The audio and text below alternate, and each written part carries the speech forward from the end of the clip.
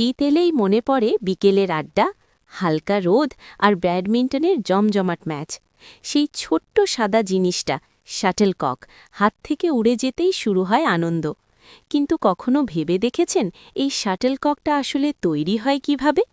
এর যাত্রা শুরু হয় এক বিশেষ ধরনের চাইনিজ রাবার দিয়ে।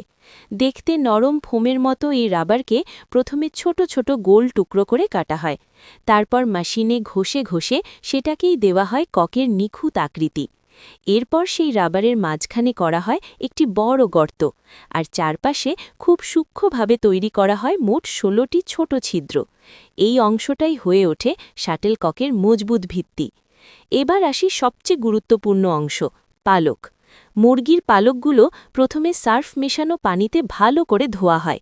তারপর প্রায় ৬ ঘন্টা ব্লিচ জলে ভিজিয়ে রাখা হয়, যাতে পালকগুলো হয়ে ওঠে ঝকঝকে সাদা আর একদম মসৃণ। ড্রায়ার মেশিনে ভালোভাবে শুকিয়ে নেওয়ার পর পালকগুলো বাছাই করে নিখুঁত মাপে কাটা হয়। এরপর আঠা দিয়ে একে একে লাগানো হয় ককের পেছনের অংশে। শুধু আঠাই নয়, সাদা সুতো দিয়ে প্রতিটি পালক শক্ত করে সেলাই করে দেওয়া হয়, যাতে খেলার সময় একটা পালকও আলগা না হয়। সবশেষে আঠা আর সাদা রঙের মিশ্রণ দিয়ে ককগুলোকে রং করা হয়। আর তখনই তৈরি হয়ে যায় আমাদের পরিচিত সেই শাটলকক।